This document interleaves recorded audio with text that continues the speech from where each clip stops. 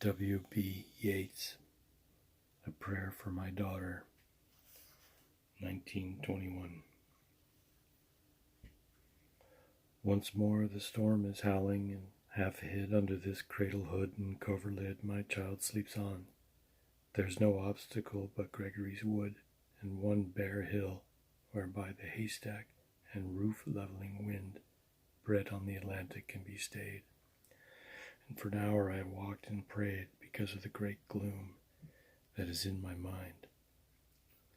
I've walked and prayed for this young child an hour, and heard the sea wind scream upon the tower, and under the arches of the bridge, and scream in the elms above the flooded stream, imagining in excited reverie that the future years had come, dancing to a frenzied drum out of the murderous innocence of the sea. May she be granted beauty, and yet not beauty to make a stranger's eye distraught, or hers before a looking-glass for such, being made beautiful overmuch, consider beauty a sufficient end, lose natural kindness and maybe the heart-revealing intimacy that chooses right and never finds a friend. Helen, being chosen, found life flat and dull, and later had much trouble from a fool, while that great queen that rose out of the spray, being fatherless, could have her way, yet chose a bandy-legged smith for man. It's certain that fine women eat a crazy salad with their meat, whereby the horn of plenty's undone. In courtesy I'd have her chiefly learned, hearts are not had as a gift, but hearts are earned by those that are not entirely beautiful. Yet many that have played the fool for beauty's very self has charm made wise, and many a poor man that has roved, loved, and thought himself beloved, from a glad kindness cannot take his eyes.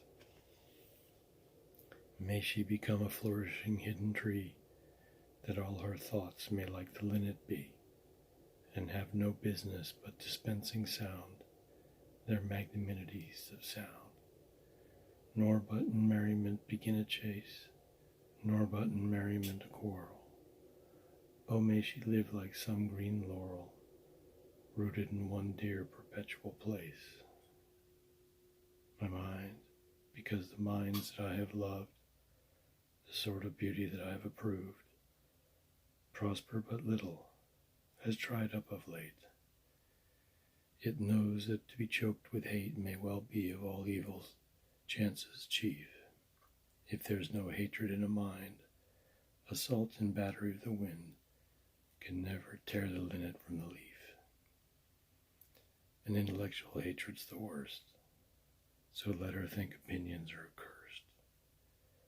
Have I not seen the loveliest woman born out of the mouth of plenty's horn, because of her opinionated mind, barter that horn and every good, by quiet natures understood, for an old bellows full of angry wind? Considering that, all hatred driven hence, the soul recovers radical innocence, and learns at last that it's self-delighting, self-appeasing, self-affrighting, and that its own sweet will is heaven's will. She can, though every face should scowl, and every windy quarter howl, or every bellows burst, be happy still. And may her bridegroom bring her to a house where all's accustomed, ceremonious, for arrogance and hatred are the wares peddled in the thoroughfares. How but in custom and in ceremony are innocence and beauty born. Ceremony's a name for the rich horn, and custom for the spreading laurel tree. June 1919.